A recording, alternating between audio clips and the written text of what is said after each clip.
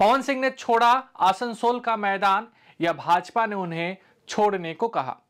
TMC के दांव से आखिर भाजपा कैसे आ गई बैकफुट पर? पवन सिंह आखिर सुर्खियों में क्यों हैं? सियासी उठापटक है या चुनावी चाल? नेताओं के बोल और इरादों में क्या है अंतर? राजनीतिक दंगल में कौन किस पर है भारी?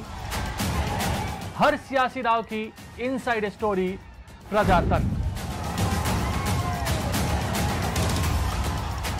प्रजातंत्र में आप सभी का स्वागत है। मैं हूं आपके साथ अंकित सिंह। भोजपुरी स्टार पवन सिंह जबरदस्त तरीके से सुर्खियों में है। इसका बड़ा कारण यह है कि भाजपा ने उन्हें पहले पश्चिम बंगाल की आसनसोल सीट से उम्मीदवार बनाया। अपनी उम्मीदवारी को लेकर पवन सिंह जबरदस्त तरीके से जश्न भी मना रहे थे, लेकिन अगले 15-16 घंटे के भीतर ही उन्होंने चुनाव लड़ने से इनकार कर दिया। ऐसे में सवाल यह है कि आखिर पवन सिंह ने मैदान खुद छोड़ा है या फिर उन्हें मैदान छोड़ने के लिए भाजपा की ओर से कहा गया है।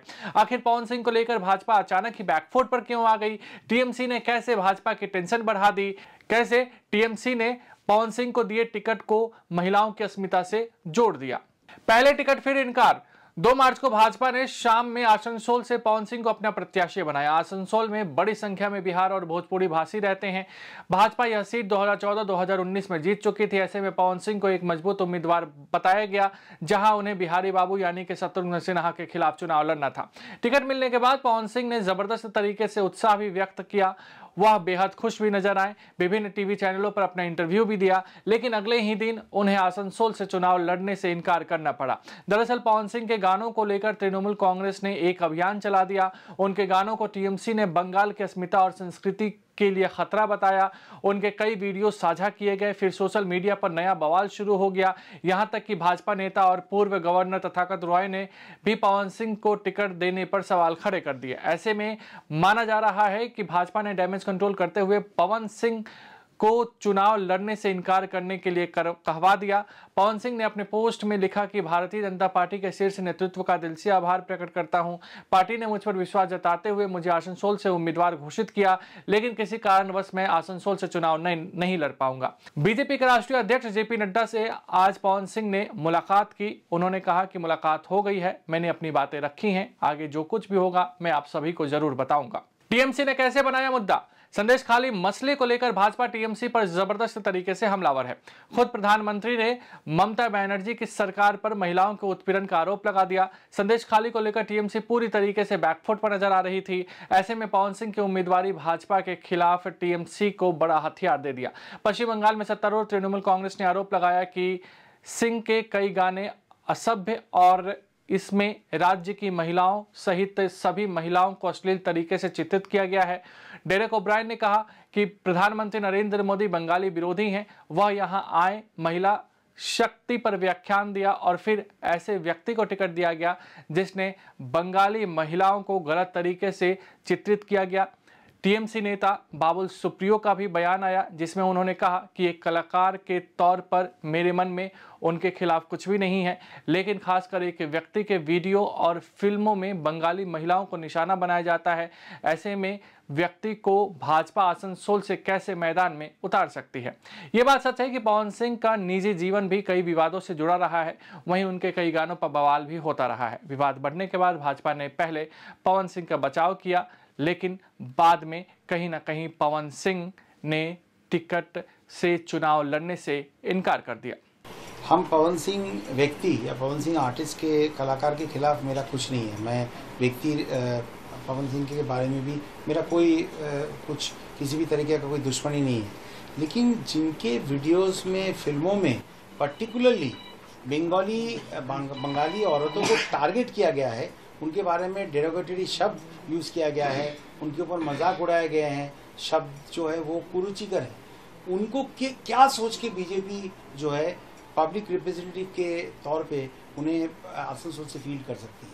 ये सोचने वाली बात है। लेकिन उसका उत्तर बड़ा सहज है। इसलिए सहज है क्योंकि बीजेपी बंगाली सेंसिबिलिटीज़ को कभी महत्व भी नहीं दिया, कभी समझने की कोशिश भी नहीं किया। आसनसोल में आप देखिए, ये बड़ा स्पष्ट है। उनको लगता है कि नॉन बंगाली वोटर्स बहुत है, पवन सिंह नॉन बंगाली उस इलाके के लोगों के ऊपर उनके गाने हिट है, वो है, तो उसी से वो जो है उन्होंने वोट में उनको उतार के वोट जीतने की उन्होंने बात की है, वही उनके प्लान है, वही उनका तरीका जो है कल स्पष्ट हुआ था। लेकिन उन्होंने ये नहीं सोचा कि देखिए हमको उन्होंने क्या गाना बनाया, उनको उन गाने जो है बड़े हिट होंगे, मैं उससे मेरे को कोई परहेज नहीं। लेकिन अगर पर्टिकुलरली बंगाल के औरतों को उन गानों से मजाक, अगर बहुत ही कथित रूप से बहुत खराब शब्दों में, बहुत ही डेरोगेटरी शब्दों में उसका अगर इस्तेमाल हुआ है, तो कहीं ना कहीं उनको सोचना चाहिए था कि बंगाल में इसका बहुत खराब असर पड़ेगा। और टीएमसी के प्रेशर में और सब लोगों ने, इवन मेरे ख्याल से आप लोगों को अच्छा लगता क्या कि ऐसा कोई जो बंगाली औरतों को, हम हमारे सबके घर में माँ बहन है, जिस तरीके का शब्दों का इस्तेमाल किया है, जो उनके वीडियो के नाम है, वो बंगाल के चुनाव में लड़ते हैं, या ये क्या ठीक बात होती? और बीजेपी आज सुबह तक अमित मालविया बोलिए, पवन सिंह खुद बोलिए, इंटरव्यूज दे रहे थे, उनका कैंडिडेचर को वाउच किया जा रहा था, सपोर्ट किया जा रहा था। अचानक जो है ये तो स्पष्ट है कि पवन सिंह को जबरदस्ती ये ट्वीट करवाया गया है, क्योंकि ये नामुमकिन है, एब्सोल्युटली नामुमकिन है कि पहली लिस्ट में ही बीजेपी ऐसा किसी कैंडिडेट का नाम घोषणा करेगी जिससे बात नहीं हुई होगी, जिनका कंसेंट नहीं लिया गया होगा, तो इसके बगैर पवन सिंह का नाम अनाउंस हो ही नहीं सकता है। तो अचानक 3 घंटे में क्या हुआ कि उन्होंने ट्वीट कर दिया। लेकिन एक चीज गौर करिए, उन्होंने ये नहीं कहा कि भाई मैं वो चुनाव नहीं लड़ूंगा, उन्होंने बोला कि आसनसोल से चुनाव नहीं लड़ूंगा। तो लड़े, वो बिहार से लड़े, उत्तर प्रदेश से लड़े, जहाँ पे उनके गाने हिट है, ये है, बिल्कुल लड़े। लेकिन बंगाली औरतों को जहाँ पे असम्मान की गई है, वहाँ से उनको लड़ने की जो है अधिकार नहीं दिया जाएगा, और टीएमसी ने ये साबित करके दिखाया। जी से हमारी बात हो गई, हमने अपनी बात रख दी है, आगे जो भी होगा अच्छा होगा। चुनाव लड़ेंगे, समय बताएगा, चुनाव लड़ेंगे, कुछ भी होगा हम आप लोगों से शेयर जरूर करेंगे, अभी थोड़ा होल्ड रखें। बीजेपी को नुकसान का डर। पश्चिम बंगाल में महिला वोटर काफी मायने रखती है। पश्चिम बंगाल में महिलाओं का एक सॉफ्ट कॉर्नर ममता बनर्जी की तरफ है। संदेश खाली को बड़ा मुद्दा बनाकर भाजपा महिलाओं को अपने पाले में करने की लगातार कोशिश कर रही है। ऐसे में टीएमसी ने पवन सिंह और उनके गाने को मुद्दा बनाकर भाजपा को बैकफुट पर ला दिया। भाजपा इस बार पश्चिम बंगाल में अपने आंकड़े को आगे बढ़ाना चाहती है। पिछली बार भाजपा ने राज्य को 18 सीटों पर जीत हासिल की थी। भाजपा 370 सीट अपने दम पर जीतने का लक्ष्य लेकर चल रही है। ऐसे में वह किसी भी तरह का रिस्क नहीं लेना चाहती। इस बात की हो रही चर्चा। पवन सिंह के समर्थकों की ओर से इस बात की भी चर्चा की जा रही है कि भाजपा की ओर से टिकट देने के बाद उन्हें दिन में 4 से 5 रैलियों के लिए कहा गया। पवन सिंह ने इसको लेकर असमर्थता जताई, साथ ही साथ चुनाव लड़ने से इनकार कर दिया। एक चर्चा यह भी है कि हाल में उन्होंने नीतीश कुमार से मुलाकात की थी। ऐसे में अगर बिहार से उन्हें भाजपा सेट करने में असफल रहती है तो नीतीश कुमार की पार्टी से भी वह चुनाव लड़ सकते हैं। यही मोदी की गारंटी है कि आपने ऐसा आदमी को टिकट दिया, पवन सिंह उसका नाम है, आसनसोल में, जो हमेशा बंगाली नारी को बदनाम केवल नहीं उसको अपमान किए हैं। तो इस तरीके के लोगों को टिकट देके बंगाली नारी को आपने जो है अपमान तो किया ही है, लेकिन मोदी की गारंटी यही है कि अगर आप बंगाल को बदनाम करें, बंगाल को छोटा दिखाएं, बुरा दिखाएं, तो आपको टिकट मिलेगा। अब ये दूसरी बात है कि ऑल इंडिया तृणमूल कांग्रेस की तरफ से इतना प्रतिवाद हुआ कि आप मजबूर हो गए कि आज आप ये जो प्रत्याशी है पवन सिंह, वो कह रहे कि मुझे नहीं खड़े होना है, टिकट मैं नहीं लेना चाहता हूं। लेकिन ये बात तो रह गई है सबके जहन में कि भाजपा ने अपने प्रत्याशियों में ऐसे लोगों को शामिल किया जो बंगाली नारी को अपमान करते हैं। दूसरी बात है कि ये भाजपा जो है 100 दिन का काम का पैसा बंद कर दिया है बंगाल के लिए। तो ये सब कौन करते हैं? ये लोग करते हैं वही जो जमींदार होते हैं, इसको जमींदारी कहते हैं हम लोग। ये जमींदार मेंटालिटी जो है ये भाजपा का है। प्रधानमंत्री जी आप आए बंगाल में, आपने पैसा रोका, बंद कर दिया बंगाल के लिए, और आप बंगाल में प्रचार करने आए हैं।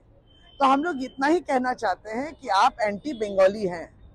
बंगाल के विरुद्ध आपने कहा और बोला और किया, और इसी वजह से 10 तारीख मार्च में, इस 10 तारीख को आपके विरुद्ध, भाजपा के विरुद्ध, केंद्र सरकार के विरुद्ध बंगाल की जनता गरजेगी।